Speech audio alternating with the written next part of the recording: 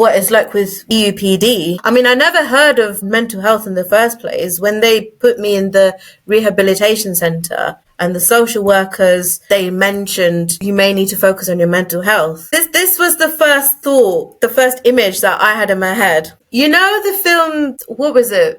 Chiam Vikram's film, Sedu? Yes, with his bald head. That's the image I got. They said mental health. That's what popped up in my head. And I started having a fight with the social workers. I was arguing with them because I said, no, I don't have mental health. I'm fine. You know, it's fine. I don't need help. I'm okay. I'm just sad. I've just lost my dad, but I don't have mental health. I am okay. You know, I don't need to be here. You have to find me somewhere else that's not a rehabilitation center. You know, I was so adamant that I was okay because I've been taught to not recognize my emotions. You know, I've been taught to not recognize my feelings. I've been taught to not have, you know, so much concentration on it because it's not important. You just plow through it like any other Tamil person would. But in the end, I gave in anyway because they generally couldn't find anywhere else. So they said this was the best bet. And I thought it was just so much better going back home because I had my aunts and uncles hounding me to get me back to London to get me married off. That was another dilemma I was facing. Their intention was to get me back to London, get me to uni, and then successfully do uni, but be married so that they didn't have to look after me. There was going to be another person to look after me kind of thing. And I was absolutely petrified because I knew there was something up with my sexuality. I knew there was something up with me and I just didn't know what it was. And I didn't want to just willingly go and then realize, shit, I am not a straight person. So in the end, I gave in to the center. So thank you so much for sharing that, Elaxana.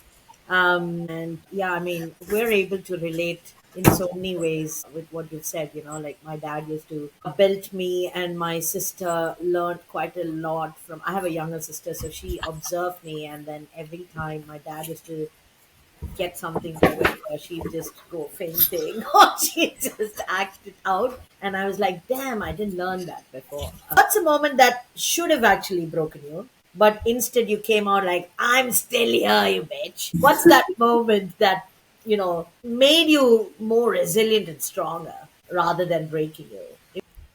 I feel like you're going to like this answer. COVID happened straight after getting married. You know, we all went into lockdown and then COVID lifted. As COVID lifted, I got back in touch with Mum, and Mum said, so what do you want to tell me? And I said, Mum, I'm married to Hannah. And she was like, Hannah? And I was like, yep, Hannah. She was like, but Hannah's a girl. Yep, Hannah's a girl. And she was like, what have you done? What are you doing? And I was like, well, I love her. I've married her. And she was like, you don't understand what you've done. You don't understand how people are going to react. You don't know what people are going to say about you. And I was like, well, I don't know what you're meant to say. I'm married.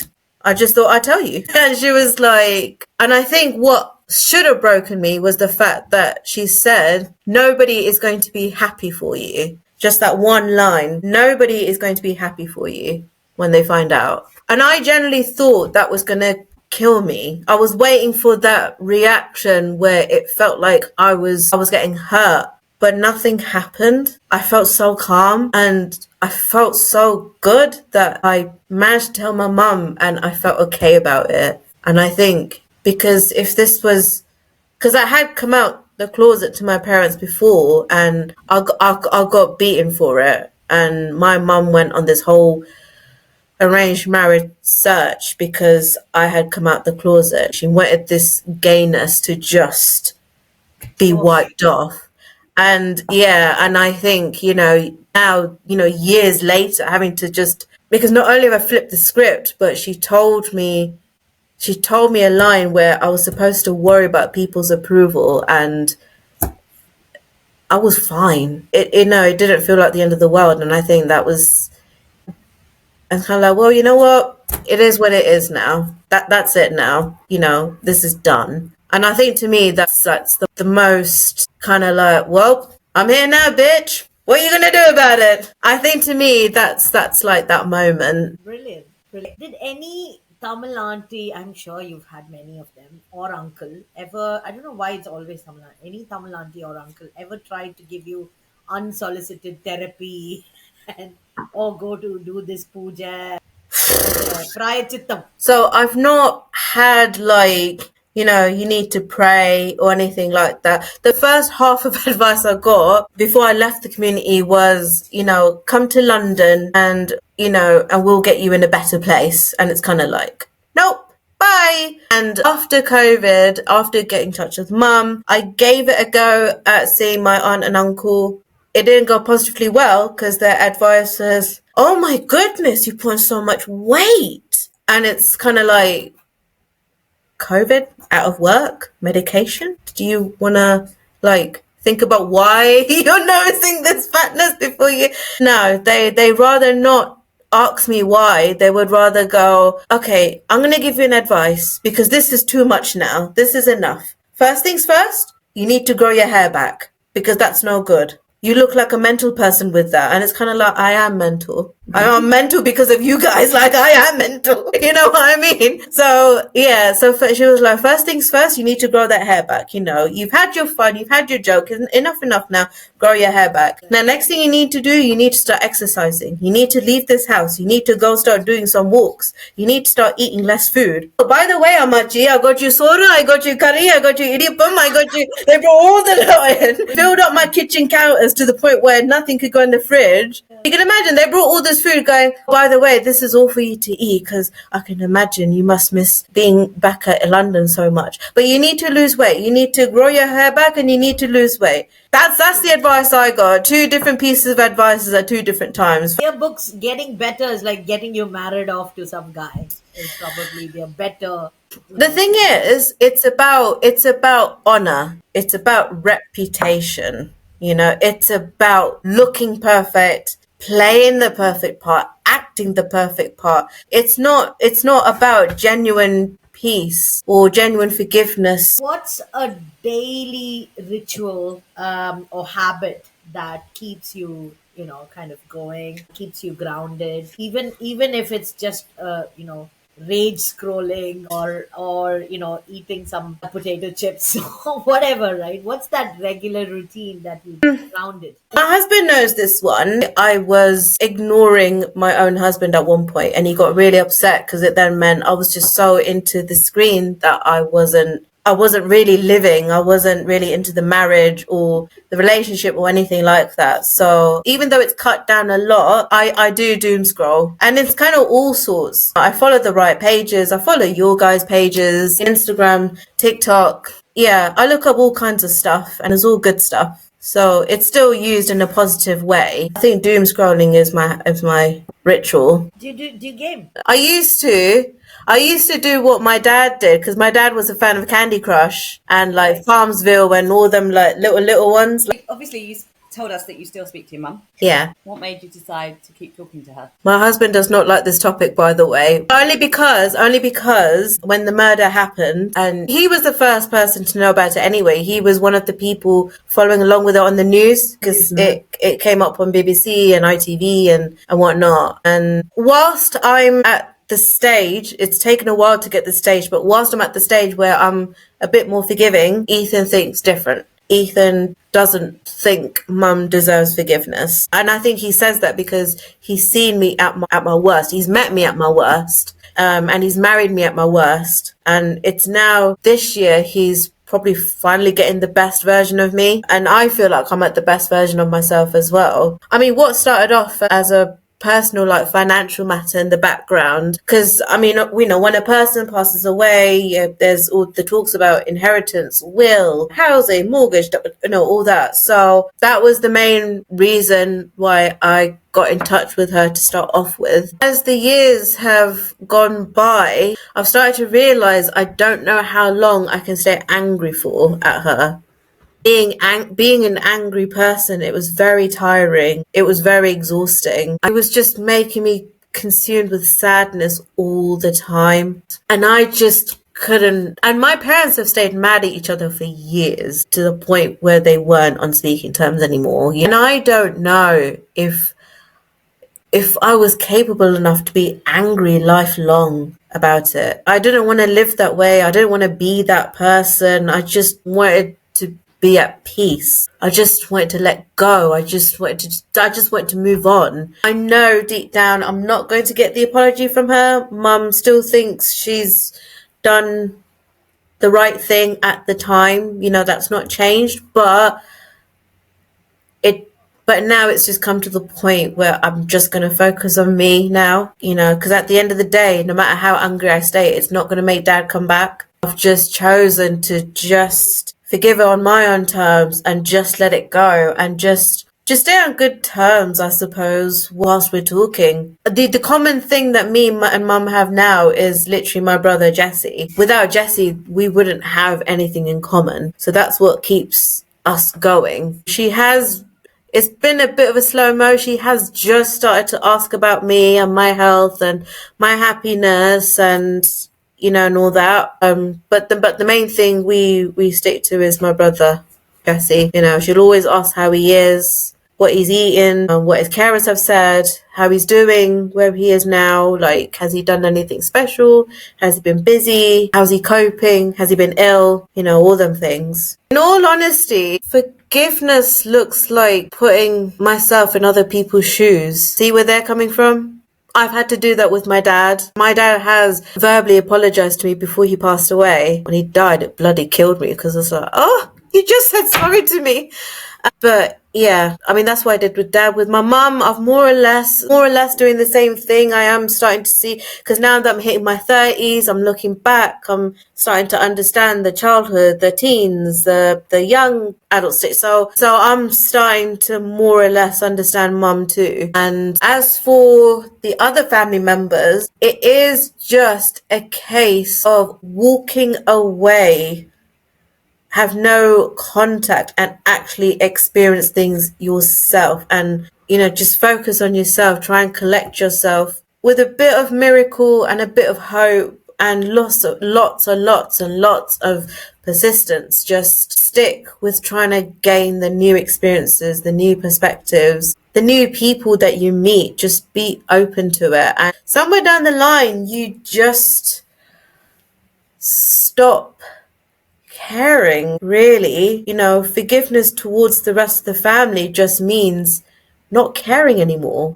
Because I'm understanding mum, and it's kind of like, you know what, just let her talk to her siblings, just let them be awkward with each other, just let my cousins be in their own world, going on whatever trips to whatever country they want to go to, or how they spend their money in whatever bar, or how they do whatever. You know, they're not where I am now. That's the thing I've had to like really understand when it came to just moving on from them. It's just letting them go. If they're meant to be, they'll come back to you. And I know it's a cliche phrase to say, but it is really, really true. When you let people go and you actually see who generally comes back to you, you know for definite who them solid rock people are. I've learned it the hard way, but it's fine.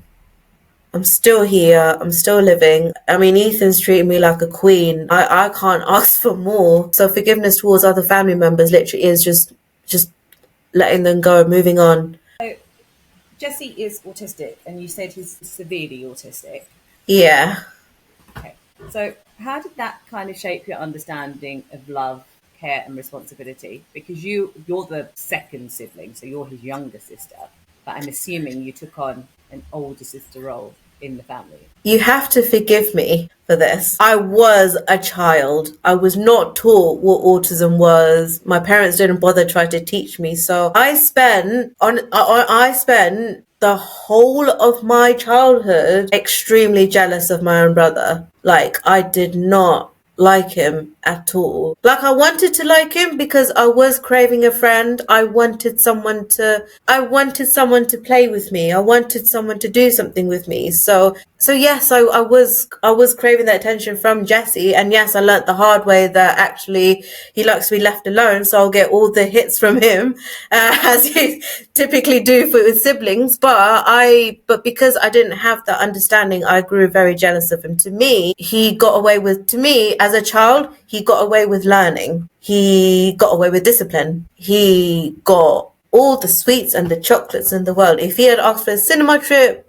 just like that, it would happen. On the flip side, if that was me, it wouldn't happen. I'd just get a bit of a screaming contest, like, you've got bloody enough. Like, you're not a disabled person like your brother. That's literally like the saying that my dad had with me. You are not a disabled person like your brother. You don't need anything. You're absolutely fine. Like, stop being childish. Considering I was a child, but he told me to stop being childish. And it didn't. So as we then got into teens, then I started feeling bad for him because he started getting bullied at school. So my parents got recommended a SEND school. They turned it down because they wanted him to be close to my parents. They wanted him to stay at home and not leave them. So he got put in a mainstream school, and he had spent all of them 5 years lashing out other students because they were picking on him, getting told off by teachers because the teachers weren't willing to understand him, and getting suspended and sent home a lot. And my mum, on the days that he got sent home, my mum then struggled with really managing his behaviour. He'd chuck objects. He'd really smack her. He punched her eyes out. She had black eyes at one point on both eyes. He'd throw himself down on the floor, screamed the whole house down. It was really horrible. I started to feel really, really sad because I realised he was becoming different. By the time he got into college, he got expelled in the end, so he didn't graduate at all. And he'd been stuck at home ever since. There was no interaction from family members. No cousins would attempt to try and hang out with him or get him out the house or anything like that. He was just stuck at home, watching mum get drunk, watching my dad lock himself up in his bedroom, and watching me just get shouted at and screamed at, and me having to sort of run around the house, look for the alcohol bottles and empty them out, or try and clean up and sort out our breakfast, sort out lunch, sort out dinner, water intake, bath, shaving, ironing his clothes, and go through his contact book because my dad managed to get support from social services for him to start going out. Somewhere down the line, I started realizing, as a youngster, I thought he was the lucky one, and then somehow the script has just completely flipped. I realized that I was the lucky one. I was capable of doing things that he couldn't do for himself because he couldn't speak. He was being ignored. There was no one looking out for him to even get his teeth brushed. I started looking at him more as a baby brother as time went on, and as he got older, just started realizing he was literally much a child in some ways. I was becoming the mum that my mum should have been. And then at times where Upper wasn't around, then I was having to be the Upper, just crack some little jokes, tickle him a bit, and lots of hugs, lots of cuddles, and making all these little inside jokes and repeating stuff and making sounds that he appreciates. And I feel more sorry for my brother than I feel for myself, because yes, it's hard being a Tamil woman, but I just think it's so much more harder being a Tamil autistic person. Somehow we're in a community where all they're worried about is honor, but all the autistic people want is for their loved ones to be in their world a little bit, actually help them get through the day, be fed. And even though they don't know what healthy food may look like, they want to be fed. Even though they may not know how to dress themselves up, they want to wear good clothes, they want to wear clean clothes. Many women would repulse at the idea of a sister washing their brother, especially in their most vulnerable parts, like their downstairs and their backside. My brother wants to be clean. My brother has the right to be clean. You know what I mean? But no, my family has decided just leave them be. That's not our issue. As long as we're out of the picture, that's fine. So it's really horrible. I am very, very lucky to be more capable than he is.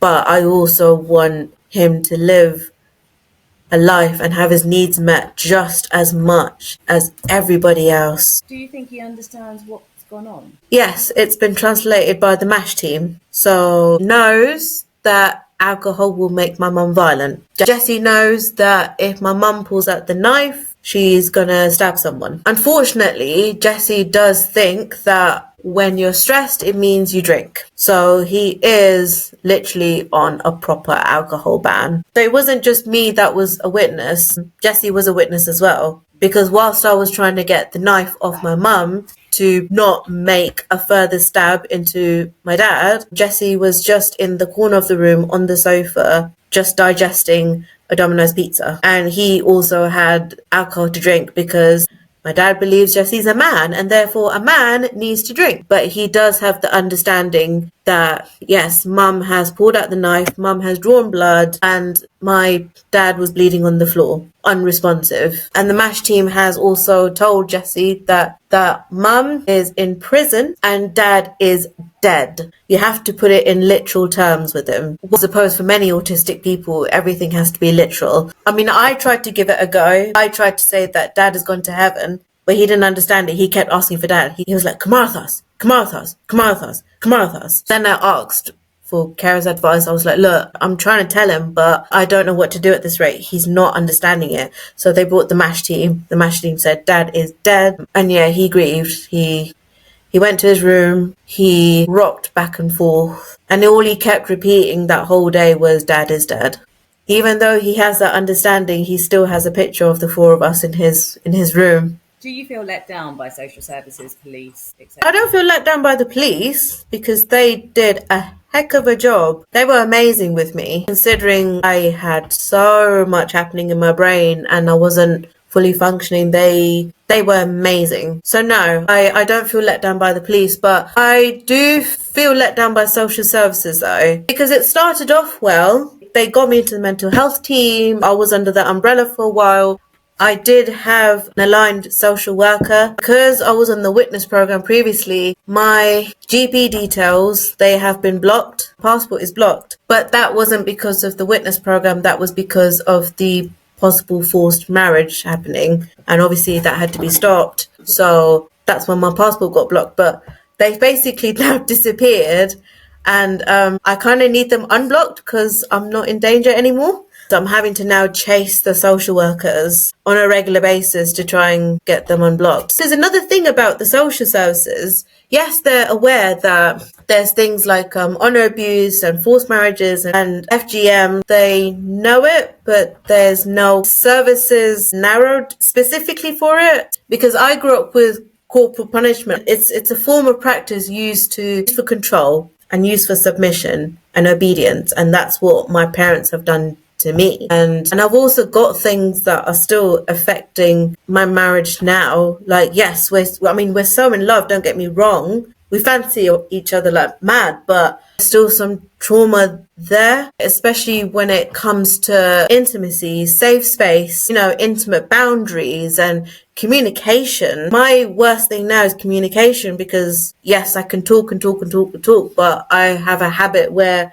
because I'm so scared because before I wasn't using my voice. Now I'm so wanting to use my voice and not shut up, but then it means I'm talking over Ethan all the time. And then he feels like shit because I'm shutting him down for me to speak, which is a really bad habit. But there's no kind of like services, for like relationship. Like there's counseling, there's relationship counseling, but relationship therapy is quite rare. And even if you do find it, it's not affordable, which is another thing I'm having a letdown with from social workers. We kind of go through the same arguments again and again because it's just the same bad habits. So in some ways, I feel let down by social services really badly. You're queer, you're Tamil, Yeah. right? And you're married to a trans man.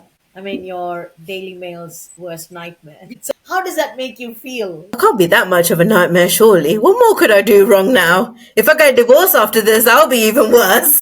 I know, we're never divorcing, but that's not the point. I don't think I can get any worse than I could now. All the time when people were like, my God, this queer person graduated. Too much knowledge. Don't you dare put me in the newspaper. I've already had that.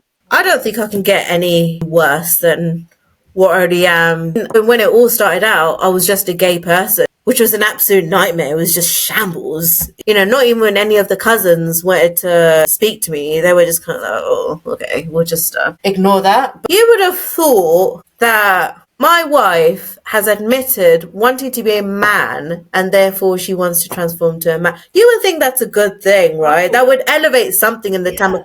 No, it's not good enough for them. It's because of the trans transgender. Oh, you're like half. You're like that weird thing. It's okay. I still don't want you at the temple. Like, no, it's okay. You just stay where you are. It doesn't matter what label you kind of put out there now. And it doesn't matter how I announce it. I'm basically damaged goods. I'm now a daughter of a murderer, and I'm also a daughter of a murdered victim. And then on top of all that, I'm now the gay daughter of the murderer, and it's kind of like, oh, okay then. And they're like, hold on, this is the daughter of the murderer who is married to a transgender. And then on top of that, so this is the daughter of the murderer married to a trans man who is actually like really, really crazy. Like, she's absolutely mental. You can't talk to her. She's just, oh. She's untouchable. You can't go near this person. Don't even invite them. I mean, put out the invitation, but just make an excuse to be like, oh, no, we don't really want her. If she does come, let's not talk to her as much. Just say your thank you. So just let her have a drink or a coffee and then just ignore her. You know, I generally don't think it can get any worse. I really don't think so. I think I've kind of done my worst now. Done your worst in their eyes, not in your eyes, or No. Oh no, in my eyes I've gained freedom, but in their eyes it really can't get any better. Has Ethan met anybody from the Tamil community? My God. Come on, you tell your part. Hello. Hi, Ethan. Hello. Yeah, go on, Ethan. So you've met Go on. some of the family members. Yeah, at a funeral. So we got a phone call, didn't we, saying your other uncle's passed away. Yeah. And Elaxana was explaining to me, oh, it's an open casket. And Elaxana's right, this is how it goes in the day. And I was like, we've got to be up at 5 o'clock in the morning. Yeah, it starts at 6. I was like, oh, okay. And then it's 7 o'clock comes and everyone's in the house. And I see the people unscrewing the coffin. And I'm like, Elaxana, what's happening? And Elaxana's like, it's an open casket. And I said, but does that mean I'm going to see the body? And Elaxana's like, yeah. And I'm like, oh my God. So then I had to like stand in like this gazebo with a body with all your family, and your family don't cry quiet either. No. It's like, ah! So then I'm having to deal with that. So then that's part one done. Then we go to like the cremation bit. It's also in the open normally, but here it's different. So we drive to the crematorium. Elaxana's uncle says, can you come behind with us? And I'm thinking, what's that now? And then I see them pushing the button for this coffin to go in this cremation oven. Yeah. And I'm thinking, oh my God. And I had a headache by this point because your family do not cry quietly. And they couldn't make it any more obvious that they just didn't want to talk to us. Like, we were standing in like this own little corner and everyone was just like, Oh my God, it was like a great big space between How us. you understood the language, Ethan? They would be like, oh my God, he's crying. Have you transferred the money, £5,000? Oh no, this is how they do it. that's all her family really care about is money. And food, Yeah. isn't it? Then I said to Elaxana, is that it? And Elaxana's like, no, you've got to go back to the hotel now and have a shower. Yes. And then we go to like the little thing at the house. Bearing in mind, Elaxana previously said to me, there's no meat in the house. It's not, because it's a funeral, there's no meat. But me being me, forget it with ADHD. And we go in the kitchen and Elaxana's like, what do you want? And I'm like, can I have some chicken korma? And Elaxana's like, chicken korma. What's no introduction of Ethan to the Tamil?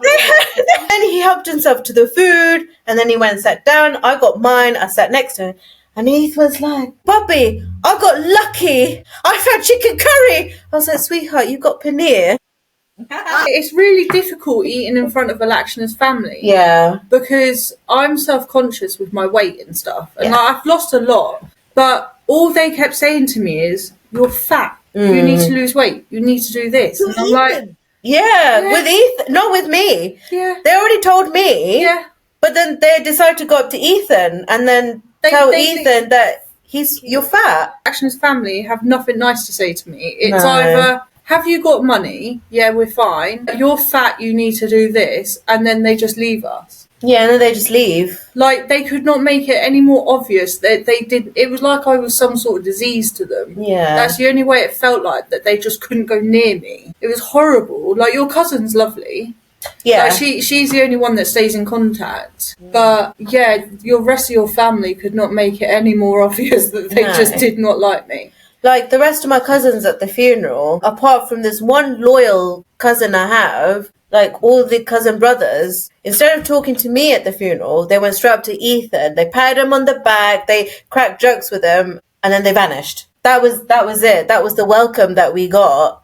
I was debating my uncle's funeral, but because I loved him so much, I wanted to pay my respects. The only reason, yeah. Now, but then after going to that funeral, it's kind of like, are you joking? This is not what I promised Ethan. I promised him a loving family. You're not loving. You're disappearing. You're disappearing family instead. No one's been in touch with us since apart No. from your cousin. No. And we only have contact with mum. Yeah. We went to visit mum, didn't we? Oh yeah, we went to visit mum at prison. Yeah. So we made effort to go and visit her. We rock up to the prison like area where you wait before you go for a visit. Your auntie turns up, your family friend turns up, and your other uncle turns up, drunk out of his head. My uncle was wasted. He was. He could not have stunk anymore, and he could not have stumbled anymore, and he ended up injuring your knee. So I literally had knee surgery in September. Because my uncle had decided to just squeeze. Because he was so drunk. He just randomly squeezed Ethan's and he wouldn't knee. let go. Yeah. So we had come back home to Ethan with a bruised knee. Obviously, like there was bruise marks, literally. We didn't really want her family to turn up. We just wanted it because obviously it's a stressful thing going to prison. Your first time. It was my first time seeing mum. Me meeting her mum. Yeah. And then your uncle turns up, and it's kind of like I just didn't want this to happen. Yeah. Like yeah. So no, it wasn't really great. Because we just get getting comments, haven't we? Have you got enough room? Because you are bigger then, and I'm like, I've got enough room. And it's kind of like, I really don't like your family. People, man. Honestly, I've not got them on Facebook, but you've got your uncle, haven't you? Just to be civil with mum. Yeah, I've got them on Facebook, but I would never talk. I've said to Elaxana, I'm civil with your mum because you're civil, but I don't like your mum. You don't like any of my family? No, I don't like your family. I think no. I think what they've done for you and Jessie, I just think it's wrong. Unforgivable. Yeah, I don't think I could ever forgive people like that. Yeah. And there is a funny story though. So every time someone passes away in Elaxana's family, I'm like, no, do we have to go? And Elaxana's like, no. And then a few months later, like it went through a phase where a couple of people died in like quick succession. I was like, we don't have to go, do we? And obviously I've made Elaxana aware that no one is to know where we live here. I do not want them turning up. Yeah. I haven't got the fridge space anymore. Like, yeah, that's the thing. They called us fat, but how much food did they bring? Pops, they filled up a whole kitchen counters. There was no space. And I don't like spicy food. So poor Elaxana had it. Oh my god, yeah. They were making me eat food that I didn't like. So my aunt, before she came over, she said, how's this spice level? And I said, extremely bland. Every single item was filled with spice. Even though you warned them. Even though I told them he can't do spice. I felt so bad because I would plate it up. Because I wanted to just experience the Tamil food. So I gave it to him. His face would turn red. And I'm like, my God, what on earth? And then I taste it and it's really, really spicy. So I just ate the brown rice. Oh, you just ended up eating rice for days. Yeah. Mum is still in prison. Yeah. And she went from being completely alcoholic to prison. She had to go cold turkey. It wasn't a choice. No. It's like any other prison, when you're in there. She had to detox because she was a chronic alcoholic. They might have helped her if she struggled, but I think she's never opened up to us if she had that help. But yeah, that's one of the things about my mum. Because she wants to appear perfect, she won't talk about these things with us. And I can see the difference in her from when she talked after COVID to this year. You can see the massive difference because now there's no moodiness. Back then she still had some anger, but now she's gone very soft. Sometimes she looks tired almost. She's better. There are some things that won't change though. She will still put Jessie first no matter what. I will always be that burden child. That's not going to change. And yes, she's showing a bit of courtesy and a bit of an acknowledgement. I'm happy that you're slowly trying to build a relationship, and now she's not under the influence of alcohol, so you can actually see the real, Yeah, more or as less. much as the person is, right? It's nice. Yeah, no more funerals. But Ethan, it's called Oppari. Have you told him about Oppari? You know No. what it is, right, Elaxana? Yeah. I know what it is, but So no, I've not. Oppari is actually a tradition in the Tamil culture where when someone dies, a bunch of old women come together. You don't know this because No, you're more because I'm English. not an old woman. Shut up. It's also because you're a coconut, brown outside and white inside. It's a tradition where old women of the family come together and then they sing praise in a crying tone for the person who's died, right? And there's a big Tamil community in South Africa. My ex-wife is South African Tamil, and they don't speak any Tamil, but they've got all the cultures and customs of the ancient Tamil, which we in India still don't follow, right? And they sing Opari, but in English. So it's so funny. It's like, oh, this man died. Oh. What you heard, basically. I'm glad that wasn't in English though. Funny. Yeah. No, but that must have been like not the right entry welcome for you Yeah. into the Tamil culture. Maybe a wedding would have been interesting. A wedding would have been better, but No, because it's like 300 people. Oh, okay. That's too many. 300 is nothing. It is normally 1,500 people at a wedding. So yeah. It goes on for 3 days or 4 days, the wedding. oh, I didn't. Forgot to tell him that bit. We done like a Tamil wedding, didn't we? But it was like 2 we, hours. we had an engagement party. Yes, but we done it in the Tamil way, and you said to me that you throw rice on people, and it's not. No, it is. It's rice and petals, but Yes. I forgot the petals. It was So you were just just chucking rice at everyone, and it hurt. Enough good stuff. Okay, so we've got quick rapid fire questions. Okay, Elaxana, this is for you. okay. It's just fun questions. Okay, so Okay.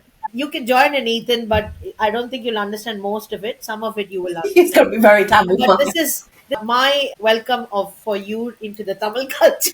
It's Okay, taken me 6 years to learn your cousins' name. okay, Laksana, Yep. Tair sadam or biryani? Biryani. Therapy or telling a friend and hoping for the best? Therapy. Last thing you Googled. I googled the Eat Bagel shop. One Tamil word that sums up your mood right now. It's Sidiba. Take the credit. Biggest red flag in a person. In a person, okay. I feel like being judgmental. I feel like that's a red flag. A smell that instantly takes you back to childhood. Oh my god! Smell of Tamil cooking. It takes me straight back home. Which Tamil actor would play your toxic person in a movie? A toxic person. Well, that's not going to be Vijay, so don't turn around and say, oh, That's a big question. exactly. Don't be silly. Excuse me. I planned to have him as my groom. So he ain't gonna be the enemy. If it's a male, I'm gonna say Arvind Swami. As a toxic person, I feel like, but he's made a good villain though. So Yes. I feel like with his looks, he can pull off I that think villainous Madhavan is side. a good villain though. Madhavan. Madhavan is sick. But I think for my life, he's too powerful. I need someone softer looking. You know what I mean? But for a villain, for a heroine though, it has to be Ramya Krishnan. Wow. I can see only because. Nilapari. Yeah, exactly. Only because when it comes to Tamil aunties, she's so relatable. That villain partner is so relatable. I pick Arvind Swami for the male villain because I find a lot of males. I mean, yes, in their ways they're toxic, but they're not as loud as the Tamil aunties. They're very quiet about it. You know, you can see because you can see that the females rule more than the males. The females are literally the action plan person, where the males, they kind of just sit back and pretend like they're just, obeying their wives, and it just turns out their bad side just comes out when they're like alcoholics or drugged up. A queer icon you'd love to have coffee with. It has to be you without a doubt. I mean, I've already put you up at the top. Icon. Yeah. I've already put you at the top pedestal. You know what? No one's been more welcoming to my husband than you have. So to me, that takes you straight up. That's not a debate.